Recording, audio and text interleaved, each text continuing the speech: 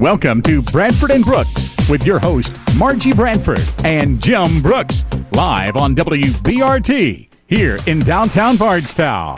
The show is sponsored by Springview Hospital in Lebanon. Thank you for listening to 97.1 FM, 1320 AM, and 94.9 FM in Lebanon. Bradford and Brooks, a civil discourse of discussion where community involvement is encouraged. Bradford and Brooks is on.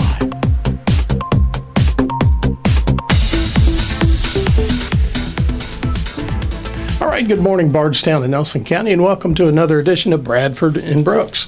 Jim Brooks here with my co-host, Margie Bradford.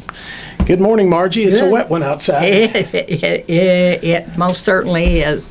And you know, one good thing about it is I don't have to worry about watering my plants. Well, I'm sure that'll change by August. Right? Right, I'm sure it will too. I'm just enjoying the respite. Right. Well, I know every year back when I was young and mowed yards for a living, or some semblance of a living, I always hated August because that's when the rain would quit, and I could beg to mow grass and it wouldn't grow, and so it usually turned brown. So I didn't get to mow again until September. Life's just full of mixed blessings, Jim.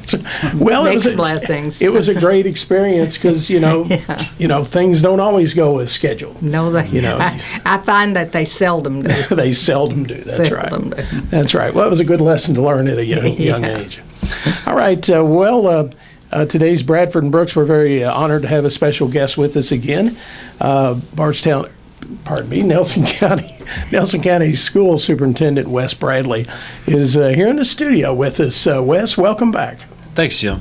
Good to see you again.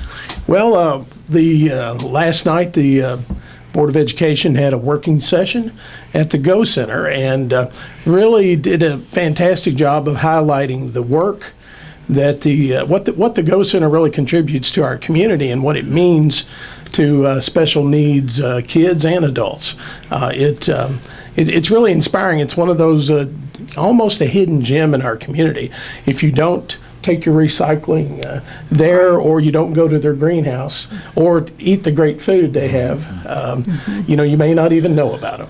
Great service to the community besides everything else. Absolutely. And so the school district both school districts and have a partnership with Go Center and it's a wonderful opportunity for kids.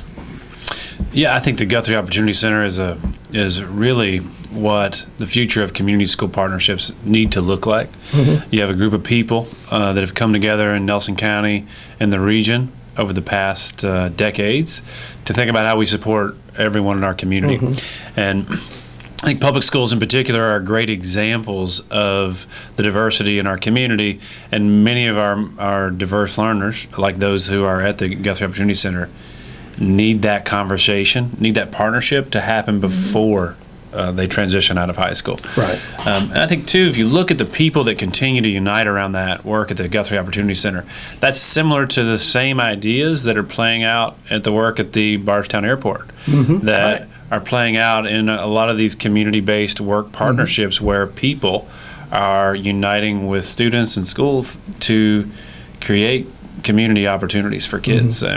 When they transition, all of these children will be better off for that. They're going to be more empowered and united with people and places in Nelson County.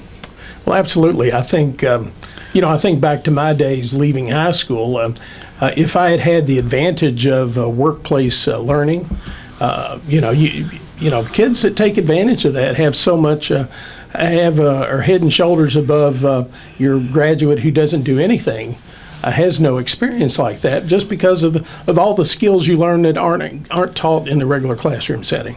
Absolutely. And what we're seeing, our teachers are finding that are heavily involved in this work, is that students who may have already formed an identity with school that wasn't about success in some ways, that they're able to find that new sense of identity and success and purpose within the workplace as they transition. As you know, if a student is in school for 10, 11, 12 years, by the time they're a junior or senior in high school, that identity is largely formed around school early on. And I think we recognize that we want to continue to offer those opportunities to students earlier, so that they can continue to create that sense of identity and purpose, knowing that it will continue to evolve.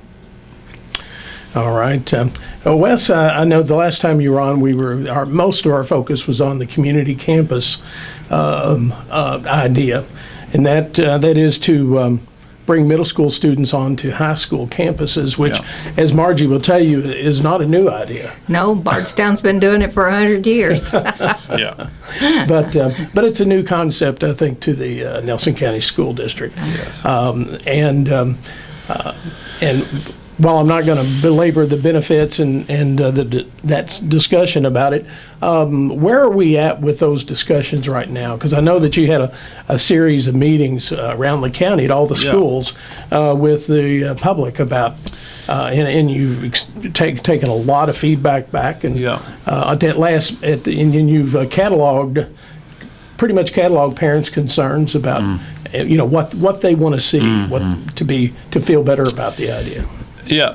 So I'll just briefly summarize the 4 themes that emerged from those conversations. Firstly, we had 7 community discussions at each of our elementary schools, and then at each of our high schools. We interacted with about 600 community members during that time.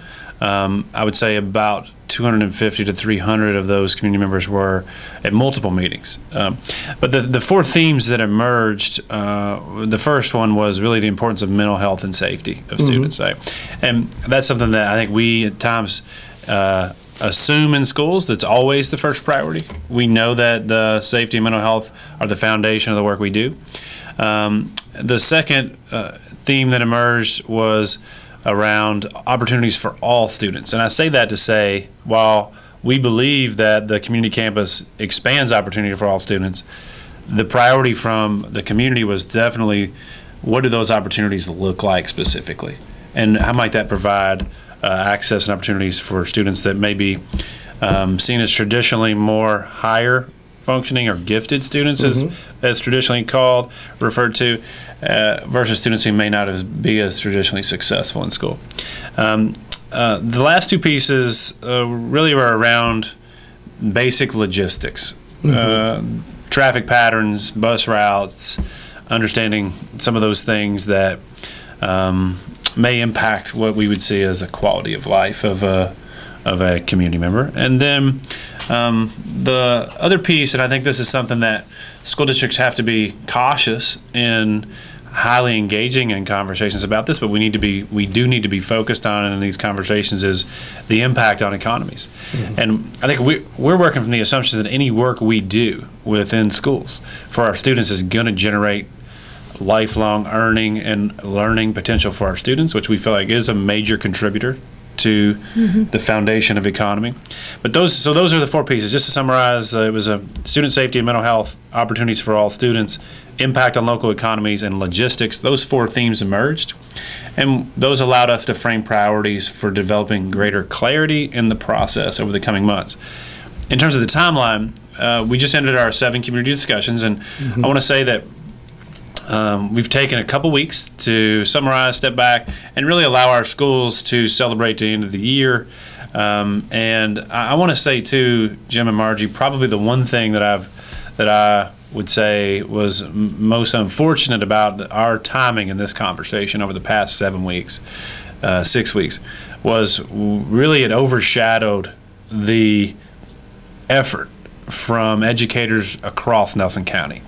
And I don't just mean Nelson County schools, I mean at Bardstown and Bethlehem and St. Gregory, all of our schools that exist in Nelson County.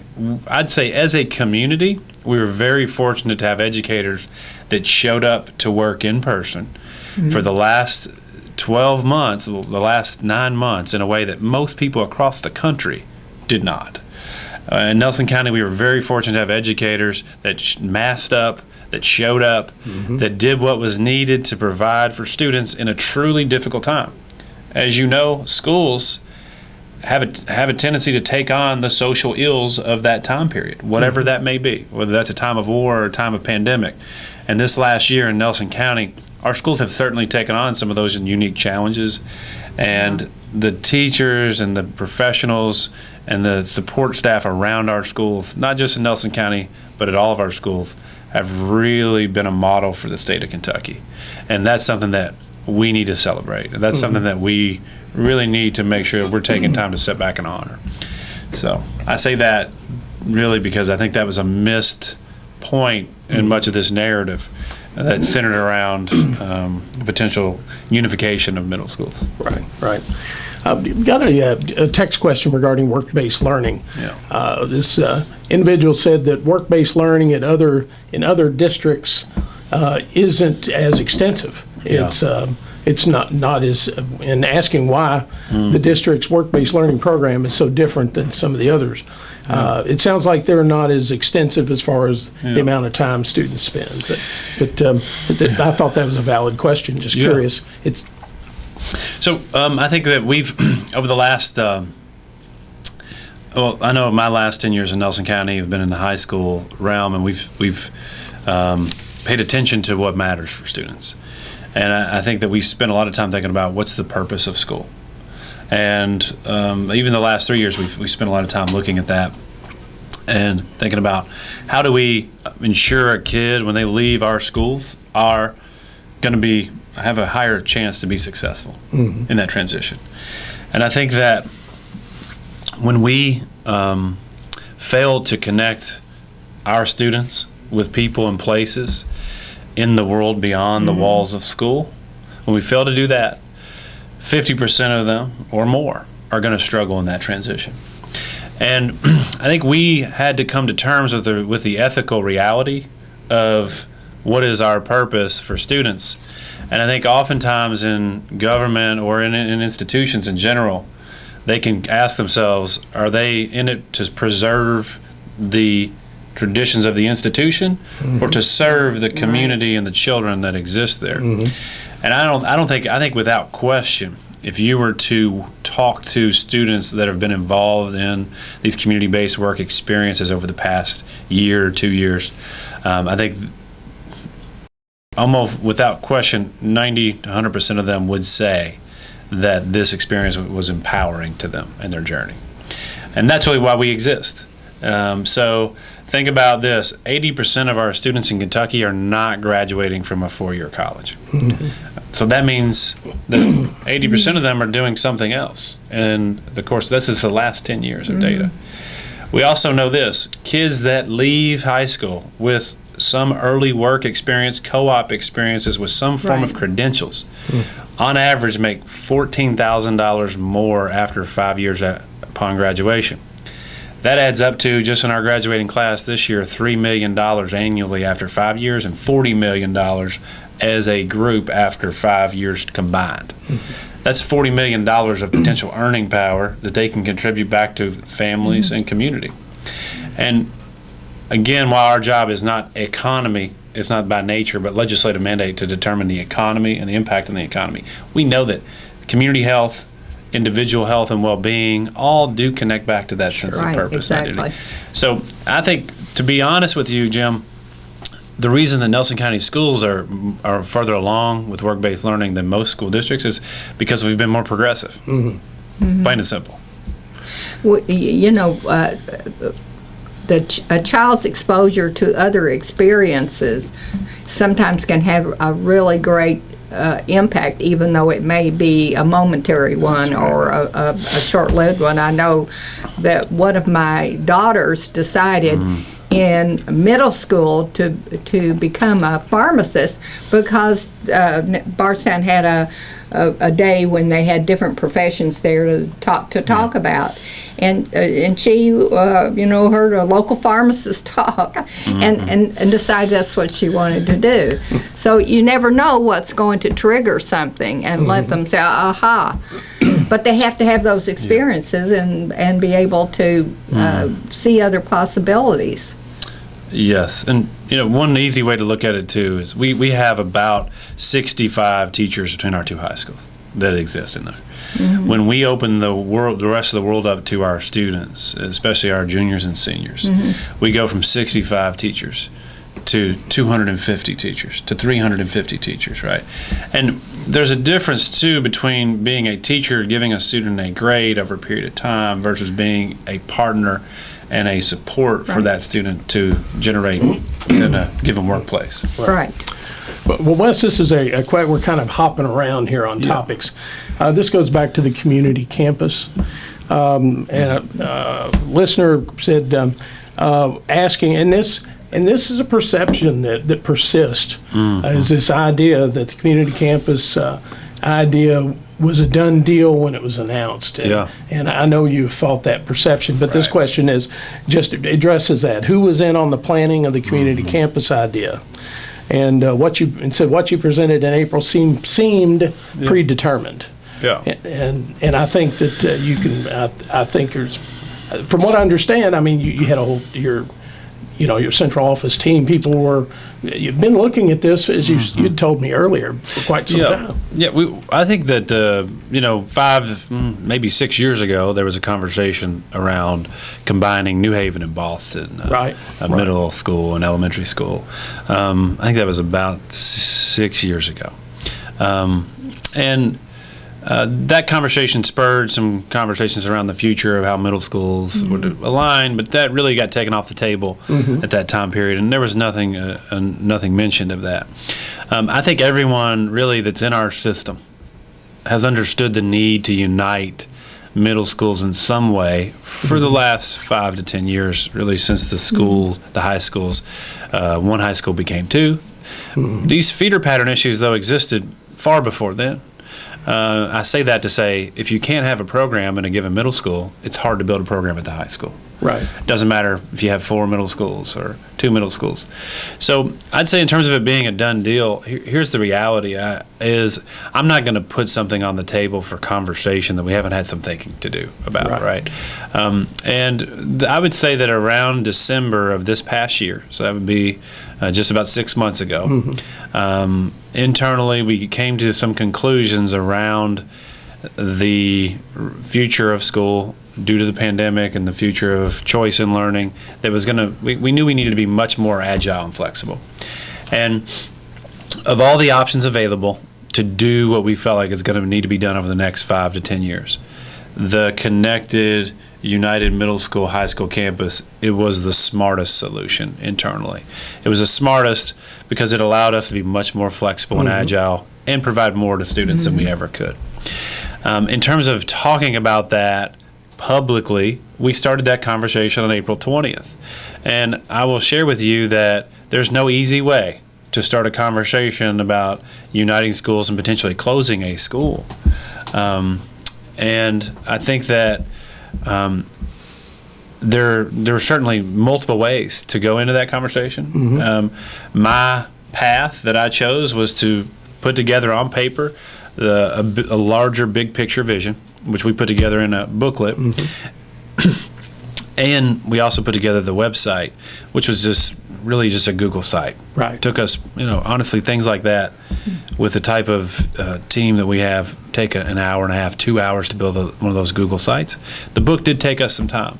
And I worked with a team member at the central office over the course of about 6 weeks to make sure that we were doing that in a way that was going to honor the conversation. And that book was ineffective largely in giving the detail that was needed. That book was a big picture conversation. Margie, it would make sense for you as someone that's been thinking about some of these tensions for the last 50 years. Jim, may work for you as somebody that's been studying it as an outsider as well. But it didn't really provide parents with the type of clarity they needed. Right. But really, in terms of it being a done deal, we've started a conversation that will go for at least the next 4 to 5 months, potentially much longer. The board has not made any decisions, and really I think has done a nice job of listening, being a participant in the conversation. And I think that while I do believe, and I think most people in our system believe, that this is the smartest solution for our schools, I do understand why someone would see that as it being a done deal, because we did put on a vision on the table. I didn't say here are 4 options. I think in hindsight, if I would have said here are 4 options, and we studied those 4 options and talked about the pros and cons, that probably would have been a more effective process. Sometimes my inexperience and naivete allowed me to think that we know this is the best solution in terms of long-term And that's the one issue is we're immersed in the work every day. Sure. You're immersed in the radio station. I'm immersed in the work of schools. And sometimes that limits us in our ability to see some things on the outside. So that was really my failure to see that. As a former school board member, I realized that you have to make long range plans. If you have to think 10 years ahead of time at least. Yes. I know for the new Bardstown school that's coming up. Discussions on that started in 2005. We were not only discussions and had to progress down the line, but you have to look ahead. You have to plan ahead, which means you have to take all of these things into consideration, also considering, in your all's case, the demographics. Yes. Yeah, the changing population of Nelson County, the growth on the west side, and the growth on the north side. One of the reasons that Thomas Nelson was built 10 years ago was probably because of that west corridor. And we see continued growth there and in the center of our county.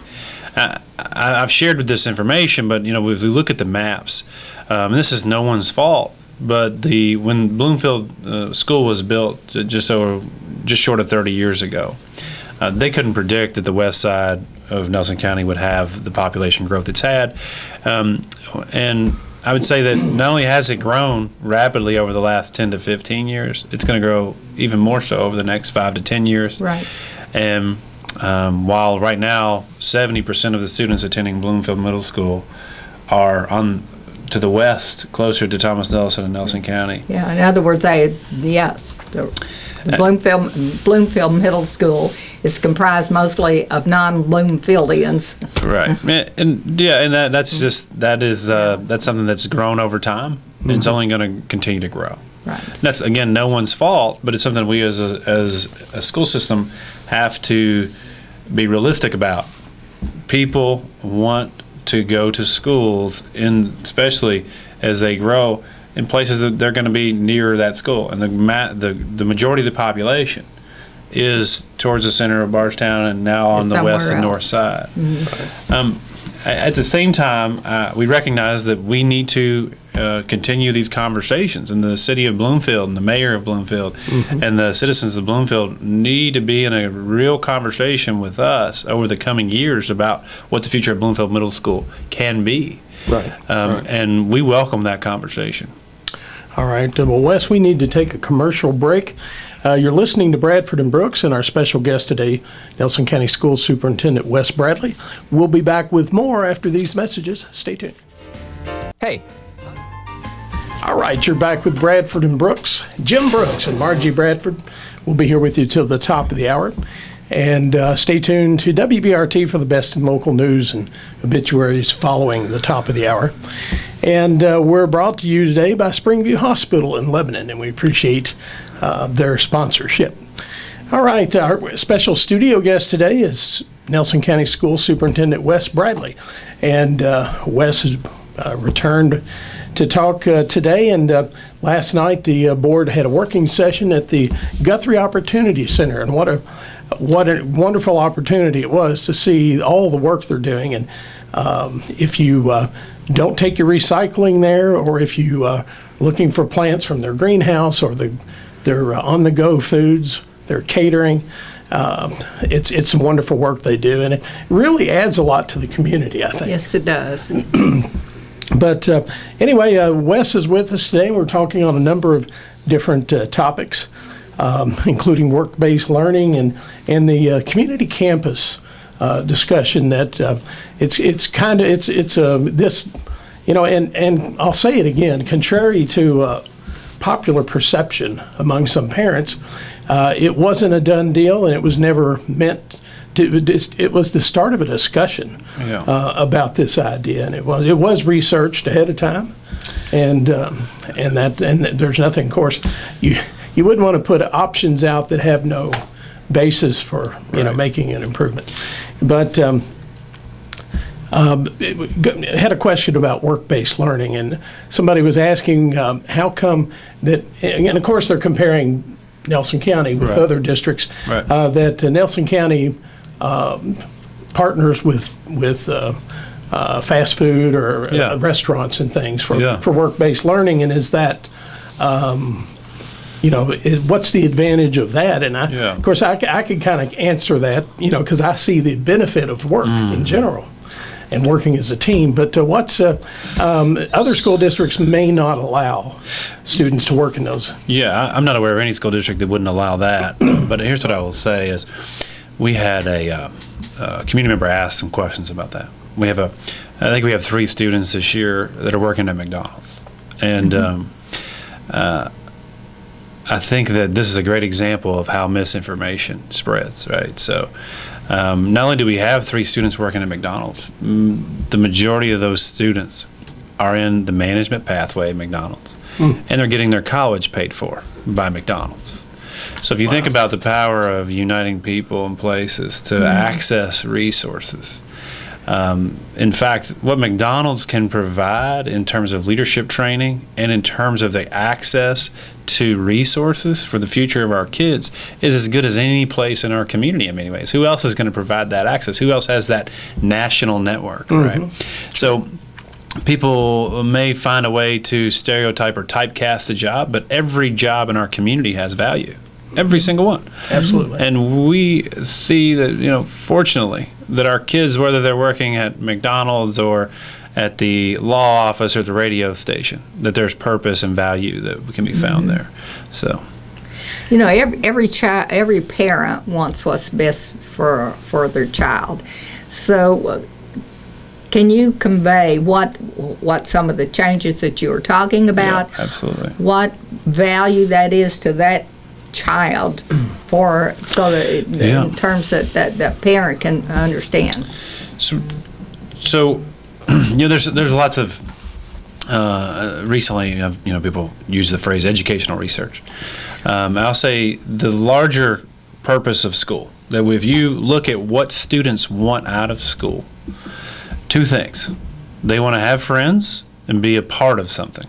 Okay, and secondly, they want to experience success. They want to feel a sense of. Those are the 2 primary things that come out of school, and the work that we're creating in our schools is about students finding those opportunities to be successful, and ensuring that they have multiple opportunities to find that in our school system.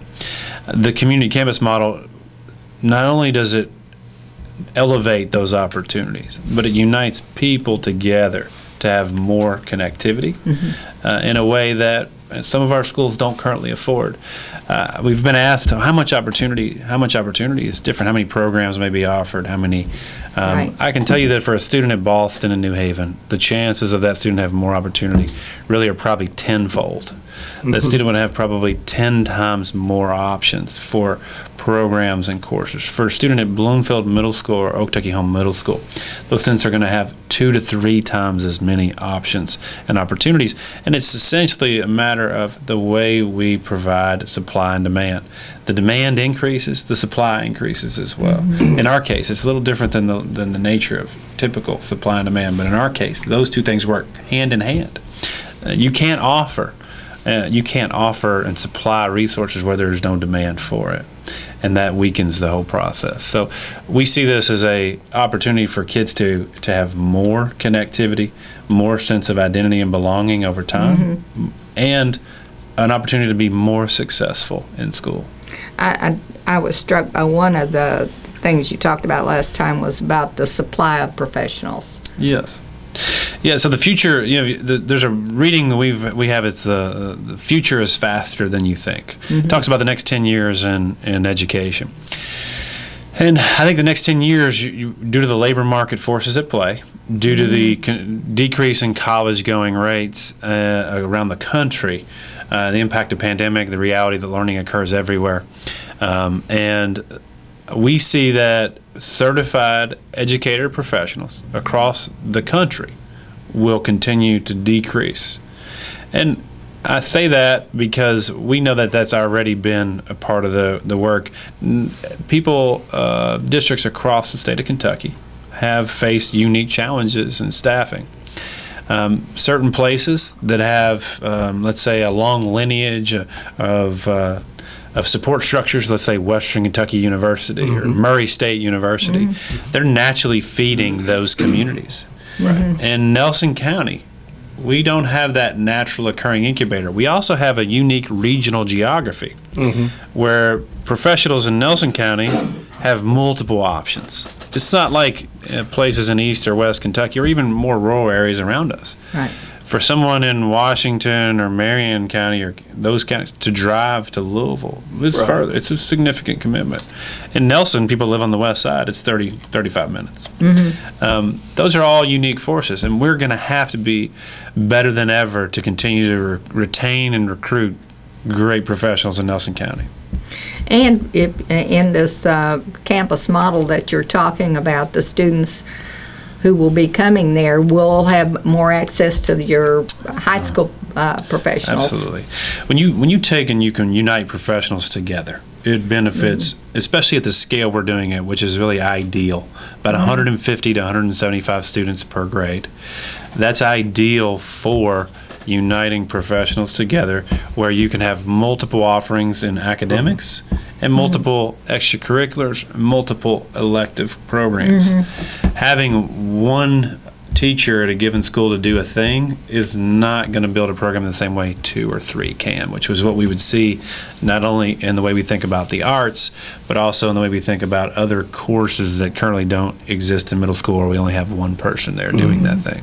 So I know one thing that, and this doesn't have anything to do with the academics, but I know that in Bardstown, the campus model that we have, a child can participate in the middle school, can participate in a varsity program if they're good enough. Right. They can earn letters. In fact, my grandson just graduated with like 7 letters because he started wrestling in the middle schools. So it seems that opportunity would give children an opportunity for success. There's no question. I mean, let's just look at an example of, let's just talk about baseball.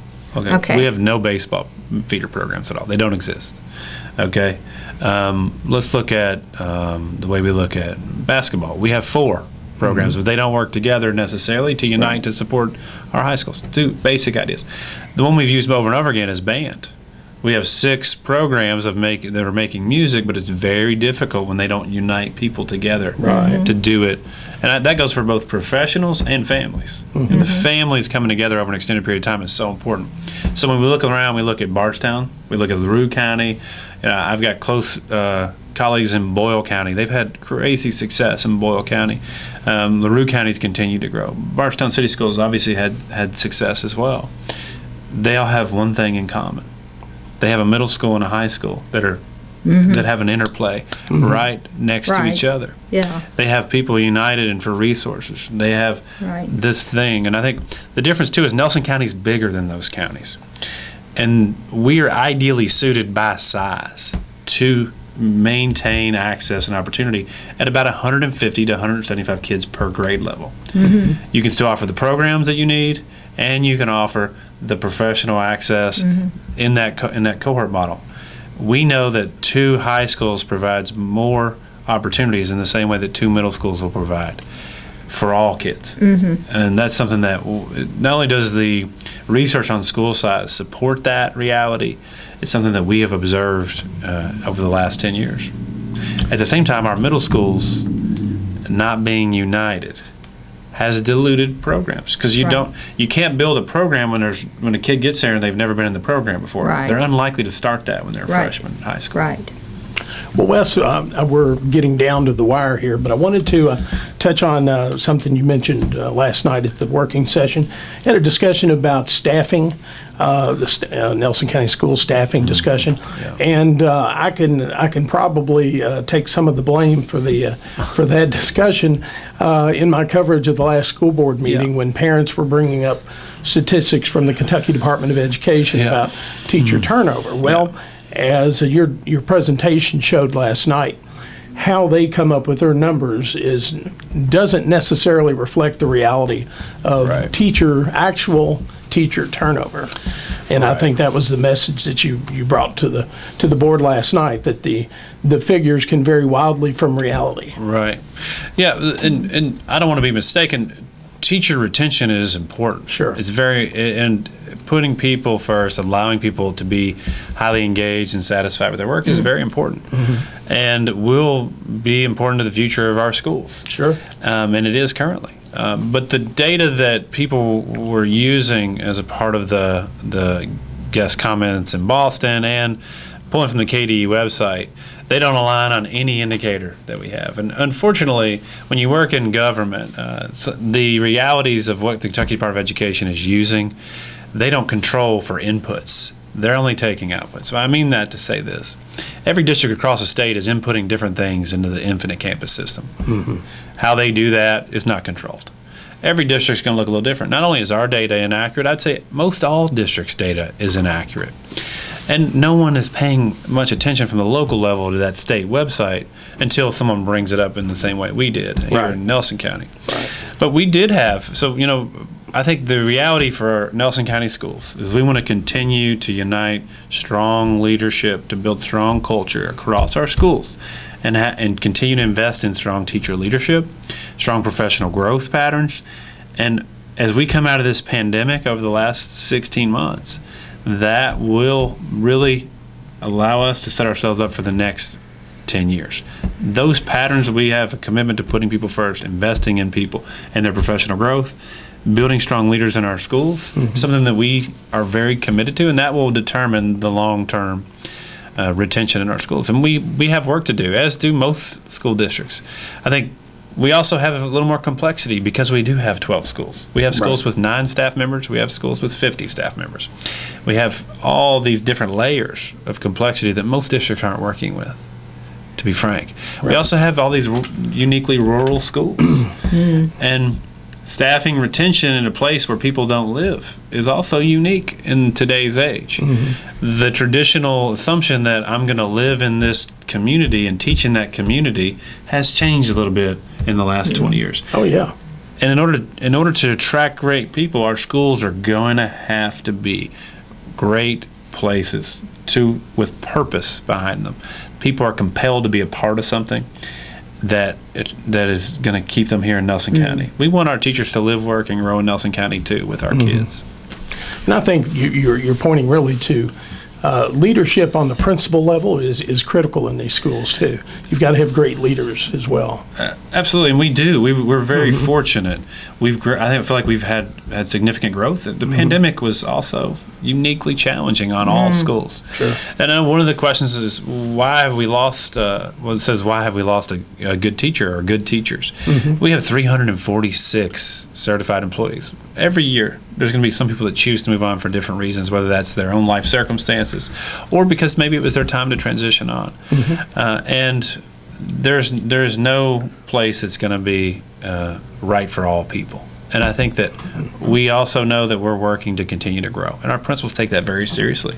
I couldn't be more proud of a group of people than our principals over the past 12 months. I mean, they have been courageous, supportive, caring, compassionate, and it's been an inspiration for me. Well, I know it's been a terrible, terrible challenge. And at the same time, our schools in many ways that had some momentum before the pandemic, they have even more momentum now. That they allowed that wind, that chaos, to energize them further to grow. And they had to get pretty creative in number, and up to speed on new technology. Yes, and I think that's where we were probably a little ahead of the game because we had the investment in technology. At the same time, if a school wasn't as fully stable before the pandemic, it was more challenging for that place. Yes. But I can't say enough about the work going on from people in our schools.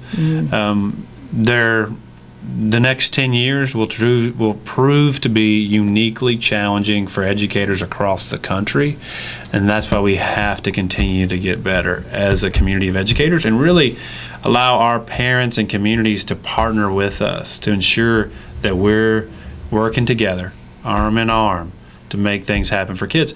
I think as a superintendent or as a school leader, we're going to have to be more and more transparent about the problems we're working to tackle.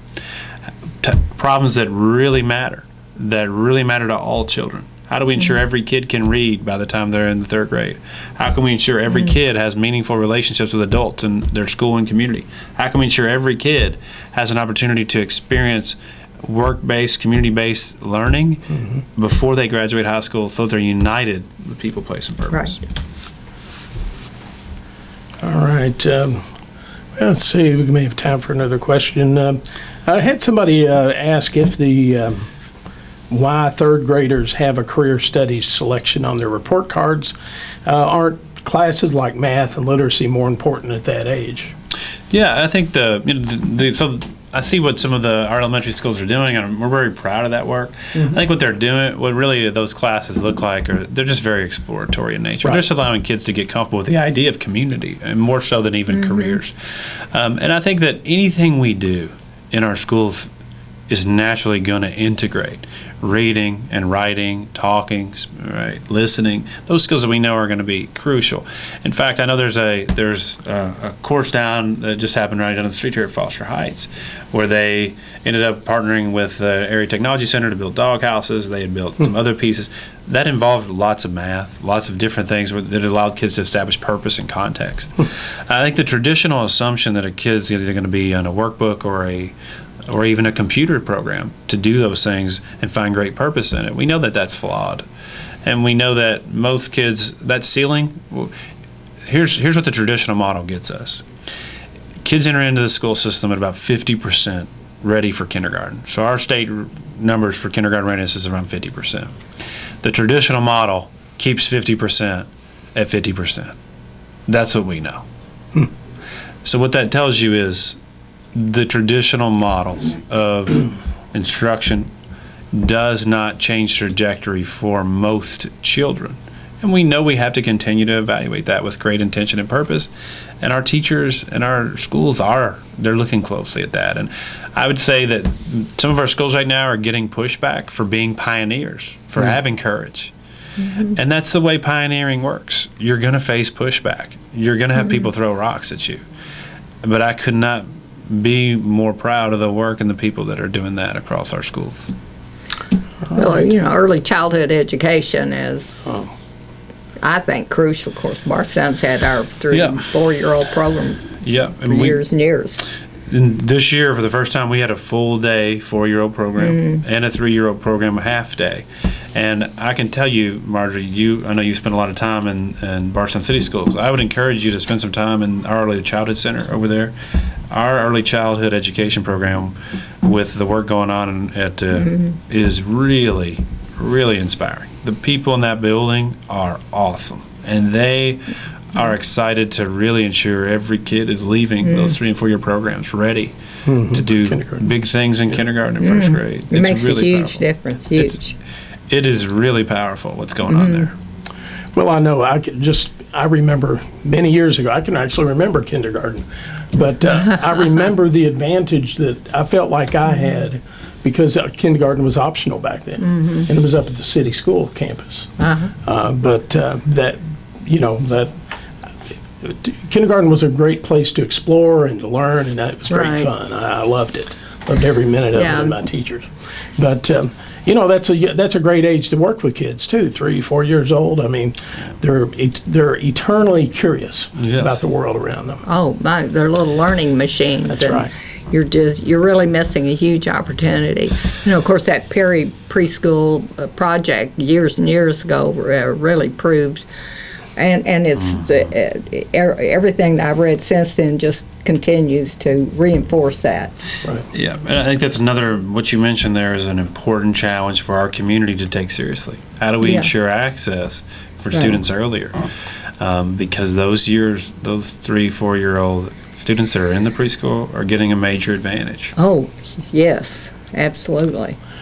And one you'd like for every child to have. Yes. Well, Wes, we're just about down to the wire here. So what's the timeline on the community campus discussions? I know right now things are kind of in a quiet period as school is ending, and we're celebrating our graduates. What's what's for the coming up in the like in the fall?